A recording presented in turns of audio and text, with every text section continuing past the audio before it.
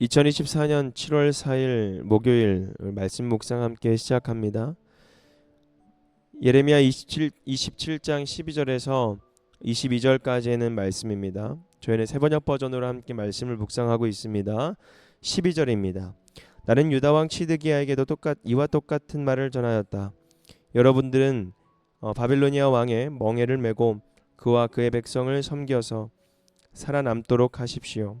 주님께서 바빌로니아 왕을 섬기지 않는 백성은 전쟁과 기근과 연병으로 죽이겠다고 말씀하셨는데 어찌하여 임금과 임금님의 백성은 그와 같이 죽으려고 하십니까? 그러므로 여러분에게 바빌로니아 왕을 섬기지 않게 될 것이라고 예언하는 자들의 말을 듣지 마십시오. 그들이 여러분에게 하는 예언은 거짓입니다. 주님께서는 이렇게 말씀하셨습니다. 나는 그들을 보내지 않았는데 그들은 거짓으로 내 이름을 팔아 예언한다. 너희가 그 말을 들으면 내가 너희를 쫓아낼 것이며 너희는 그러한 예언자들과 함께 멸망하고 말 것이다 하셨습니다. 그리고 나는 제사장들과 이 모든 백성에게 이렇게 말하였다. 나 주가 말한다. 너희는 주의 성전의 기구들이 이제 곧 바벨로니아에서 되돌아올 것이라고 하는 너희의 예언자들의 말을 듣지 말아라. 그들은 너희에게 하는 예언은 거짓이다. 너희는 그들의 말을 듣지 말고 바벨로니아 왕을 섬겨서 살아남도록 하여라. 어찌하여 이 도성이 폐허가 되어야 하겠느냐? 그러므로 그들이 예언자들이라고 한다면 정말로 그들이 주의 말씀을 받은 사람들이라면 차라리 그들은 주의 성전과 유다 왕궁과 예루살렘에 아직 남아있는 기구들을 더 이상 바벨로니아에 뺏기지 않게 해달라고 만군의 주에게 호소해야 옳을 것이다. 나 만군의 주가 기둥과 놋바다와 받침대와 아직 이 도성에 남아있는 기구 곧 바벨로니아 왕 느부갓네살이 유다 왕 여호야김의 아들 여고냐와 유다와 예루살렘의 모든 귀족을 예루살렘에서 바벨로니아로 붙잡아 갈 때 남겨두었던 것들에 관하여 말하겠다. 참으로 주의 성전과 유다 왕궁과 예루살렘에 남아있는 그 기구들을 두고 나 만군의 주 이스라엘의 하나님이 말한다. 그것들도 바벨로니아로 실려가서 내가 찾아올 때까지 그냥 그곳에 남아 있을 것이다. 나 주의 말이다. 그리고 그 후에 내가 그것들을 이곳으로 다시 옮겨올 것이다. 아멘. 오늘 말씀 유다 백성이 살아남는 길에 대해서 오늘 함께 말씀 묵상을 하려고 합니다. 자, 우리는 끝까지 이제 예레미야 선지자가 이제 마지막 이 시드기야 유다 왕의 말씀을 전하죠. 바벨로니아 왕에게 그리고 그의 백성을 섬겨야 살아남는다라는 말씀을 전하는 겁니다. 그래서 시드기야 왕에게 하나님의 말씀을 거역하지 말고 바벨로니아 왕을 섬기지 않을 것이다라고 부추기는 그런 거짓 예언자들의 말을 믿지 말라고 말씀을 하고 있는 것입니다. 이어서 제사장들과 백성들에게도 말을 전하죠. 예언자들은 유다가 망하지도 않고 여호야긴 왕 때에 빼앗긴 성전 기구도 되찾을 거라고 예언을 했습니다.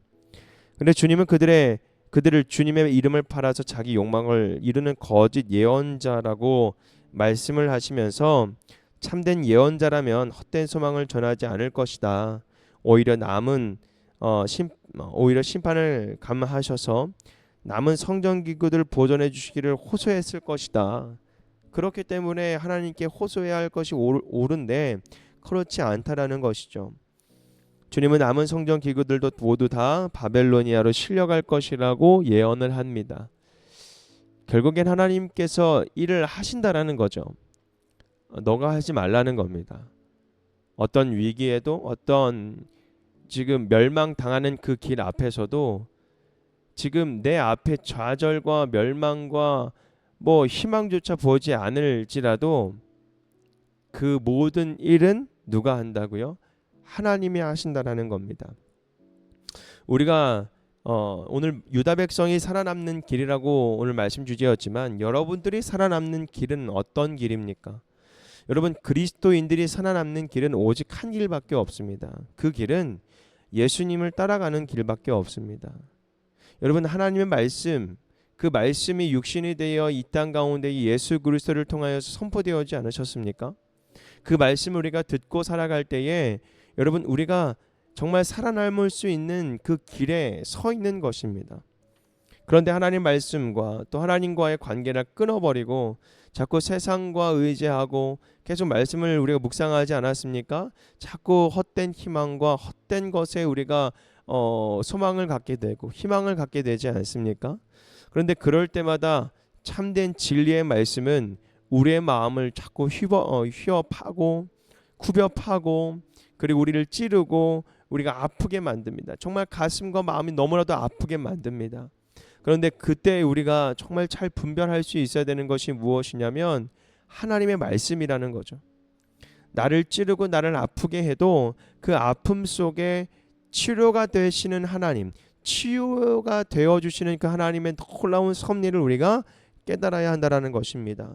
유다 백성들은 지금 희망이 없습니다. 좌절밖에 없습니다. 왜냐하면 바벨로니아를 통해서 멸망당할 수밖에 없는 것이죠. 근데 하나님은 방법을 제시합니다. 예레미야를 통해서 그냥 바벨론에게 항복을 하고 그냥 그들이 해달라고 하는 대로 그냥 따라 행하라는 것입니다. 결국엔 그들도 망할 것이고 느부갓네살 왕도 망할 것이라는 거예요. 결국엔 하나님께서 그들도 치실 건데 너희들을 지키기 위해서 그들에게 맡긴 것이다 라고 말씀합니다. 여러분, 하나님께서 우리를 살리시고 맡기시기 위해서 결국에는 악인들도 쓰신다라는 거죠. 그런데 그럴 때에 우리들의 태도가 정말 중요하겠죠. 우리들이 어떤 자리에 서 있어야 되는지, 그 자리가 어디의 자리입니까? 우리가 살아남는 길인데 그 길이 바로 하나님의 말씀에 서 있어야 된다는 거죠. 하나님의 말씀이 우리 삶 가운데 서 있어야 돼요. 그러지 않으면 죽는 길이라는 겁니다.